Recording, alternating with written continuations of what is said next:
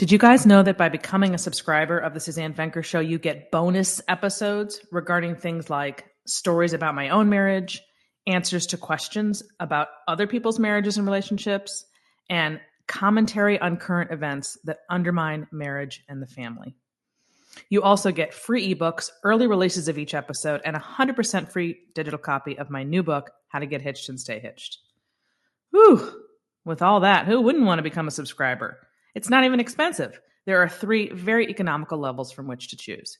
Just go to SuzanneBanker.com/podcast and click on the Become a Subscriber button. That's SuzanneBanker.com/podcast. And now, on with the show.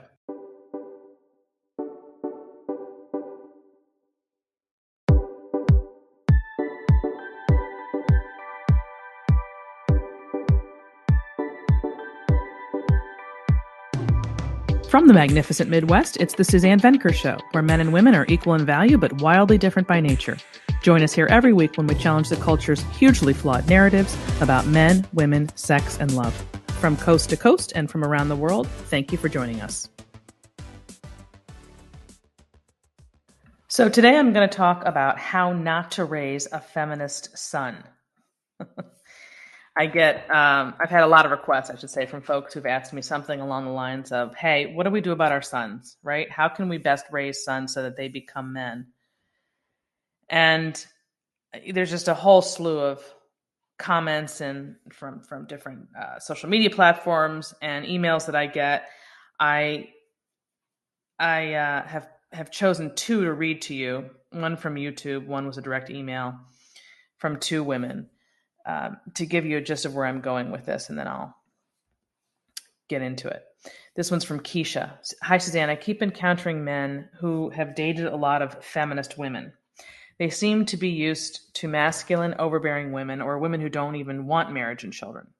But once they meet me, these men claim they want to get married and have kids. However, when I mention to them that I want a dynamic with traditional gender roles in that the husband makes the primary income for the family so that I can work part-time once we have kids, these men perceive that as being a dictator over their wife, and they say they want their wives to lead the family too. That's when you know you're dealing with a feminist man. I mean, I should say a man who's drunk the feminist Kool-Aid, let's put it that way, or who's been acculturated to the feminist mindset. I can tell they really have no clue what I'm talking about because they seem to have put little thought into what it takes to make a marriage with kids work successfully. I'm 33 and these men are in their mid-30s to early 40s. Explaining this to them is frustrating and annoying, and it's a big turnoff that they are feminist men without even realizing it. But since I'm older in the dating market, and it's tough to find men who even want marriage at all, I'm wondering if I should stick around and see if they'll come around and understand what I'm saying about a more traditional family dynamic, or if I should keep searching for men who haven't fallen for feminism. And then this one's from Carolyn on YouTube. It seems like males and females have both changed drastically. Just think of porn addiction. Could our grandparents or parents have even imagined that? Or in the past, it was seen as vital for kids to be raised by a mother. Now it's seen as imperative that a woman work constantly, and the majority of men are indignant at the thought of providing for a family. Too much equality and too much contamination by ideas that don't work. And then on top of that, I had an exchange with a gentleman on Instagram who was concerned about his nephew, who is being raised basically in a female-dominated household, although there is a husband there. And she's still holding his hand when he's 13 for like long periods of time at the dinner table or something to that effect, something very odd. And he is just raised on internet and video games and whatnot, and plays zero sports. And this guy was wondering if, how unhealthy or healthy this is for a young boy. So that's just giving you sort of the idea of where I'm going with this.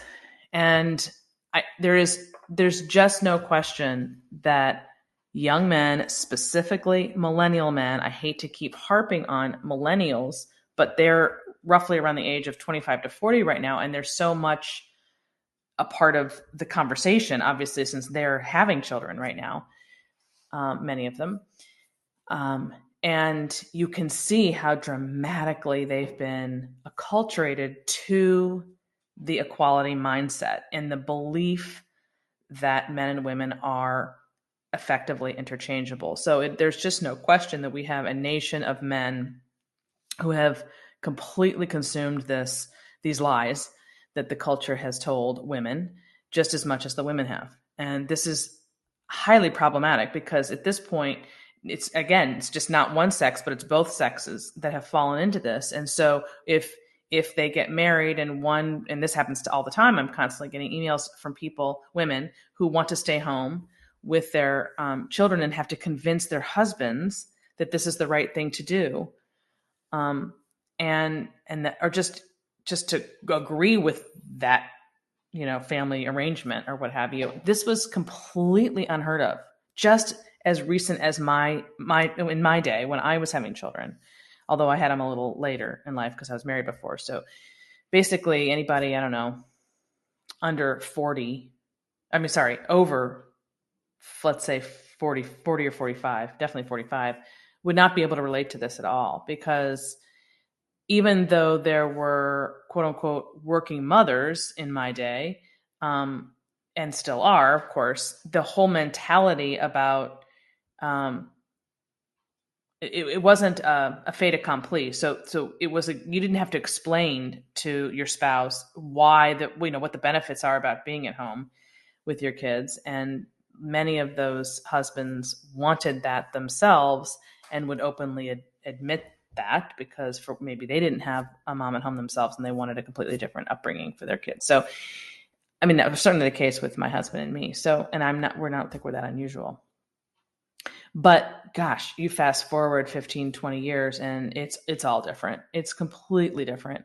And it breaks my heart that any woman in particular would have to be in that boat of having to explain to her husband that she wants to stay home. Now, ideally, and I've said this before, you should really be having this conversation before you ever get married. I mean, I'm continuously shocked at the number of people who don't iron out prior to getting married what the work and family scenario is going to be, because that should be discussed in the dating phase, really honestly early on. Because if you don't agree with what your family should look like, there's no point in even dating. You're never going to, unless somebody's malleable in that sense and, open to being, changing their mind. But if they're dug in their heels and they have this idea that my wife should work or whatever, and that's just the way it's going to go, then you're going to have a problem. So, and of course, to be fair, a lot of the women themselves don't know what they want to do or what they think they will do. And because everything is so focused on money and career, they often find themselves in a pickle later when they, because they made the assumption that they would be, for example, going back to work and then realizing once they're holding their baby that they don't want to. And then you've got a major marital problem. You just do, if that person, it doesn't agree. And this can go the other way. You could definitely have husbands who want their wives to be home and the wife doesn't want to, but what is he going to do with that? Today you can't say to your wife, you can and you should, but in terms of the status quo, you can't suggest or ask or let alone command that your wife stays home with the babies. So again, like I said, this should really all be ironed out in advance, bottom line. But because of this mentality that men have now absorbed, it's making it very difficult to date and to find a man who has not fallen victim to these lies just as much as women. And to that, I would say, if you're a woman who's up against the dating world, learn right away whether or not the man that you're talking to is a more traditional man, or if he's been more acculturated and he's fallen for all this junk, because you want to get that out of the way right away. And the only way you would, stick around if your beliefs aren't in sync is if, again, you feel some sort of malleability there. And if he's, and finding out about the background and how they felt about the way their family structure was growing up, and being the person who corrects those lies that they've absorbed, if you yourself it did not fall for them, or if otherwise. anyway, that's okay. So that's for the dating world. But the focus of this was really to talk about how not to raise a feminist son. Okay, so number one, first and foremost, be talking to your boys from day one about everything that they're seeing in the culture so that you can counteract it with the truth and the information they will need to be able to withstand the crap that they're being fed. That's number one, which means you as a parent have to be in tune with what they're being told. So you have to be engaged. You can't be off doing your own thing, obviously. Another way, really that's more close to home and less about the culture, is that you are modeling a traditional family dynamic, which, by the way, does not mean that one's working and one's staying home necessarily, although it might, but that you are showing the differences between males and females, men and women, in your own relationship at home, and not getting in the way, this is really key for moms, of your husband's relationship with his son. And I'm putting that very succinctly there because obviously it's your son too. But there comes a point in your son's life when the father is going to be more significant in terms of a role model than you are. Mothers are much more instructive and indispensable in those early years. But as a boy gets older, he needs the male influence more than he needs the female one. In terms of, he needs his mother too, but in different ways. But I mean, he needs the modeling of what it means to be a man. So this is, when I talk about not raising a feminist son, I'm really talking about married couples here, because the truth is, in single parent homes, which are greater than they've ever been in this country, there is no male influence. That's the problem. That's part of why we're churning out so many feminized men, because they're not exposed and they don't have to men, and they don't have a strong relationship with their dad. And so they've been primarily raised by their moms, which is, it's everything. If you're missing that piece, obviously you're going to be feminized. It's not like you don't even have to do anything wrong as a single mom to cause that to happen. It's just by nature of the environment. Now, that's not to say that there aren't divorce situations where the dad is still really engaged and has a close relationship with his son, but it is not the norm. It's definitely not the norm. So those people are, fortunate in that sense, those boys. But so I'm talking really about married couple families, not single parents. And in the married couple families, the single most important thing you can do as the mom and the wife is to let that relationship between father and son flourish, get out of the way. So, for example, if sports is something that they're into and you don't want him to do that, you step out and say, let him take care of it. And that, you may not think that's good, but the dad does. And there's really no reason not to. So don't undermine him. These are little things. And then, of course, how you talk to your husband, how you talk about yourself and your own role as a wife and as a mother, and how you talk about your life, how you mapped it out and what your views of men and women are. All of this, and he's absorbing all of this. Both boys and girls will absorb all of this, but your sons are picking up on what makes you you and what you think about these issues, sex and gender issues. And if you're, if you're of the mindset that men and women are not equal and should be, and, rah, believe all women, all that junk, that's going to come through, and he's going to pick up on that. And if you have if he loves you and he has a good relationship with you, he might think you're right, but, and then follow suit. But that isn't accurate. And so that's the way to help him become a man, is to embrace what's great about men and what's great about boys and how they're different from women and girls and how that's a good thing. And of course, he's not getting that anywhere from the culture, unless he was fortunate enough to go to an all-male school, which is extremely helpful. I highly recommend it.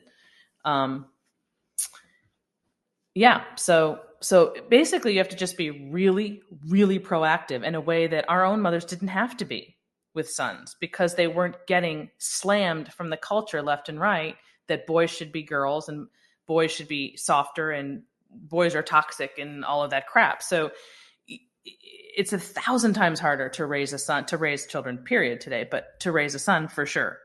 And so you have to be ever vigilant and aware and really purposeful about what it is that you're modeling and what your beliefs are throughout those years that you have him at home, and honor and respect his maleness every chance you get, and fight against the feminist culture every chance you get.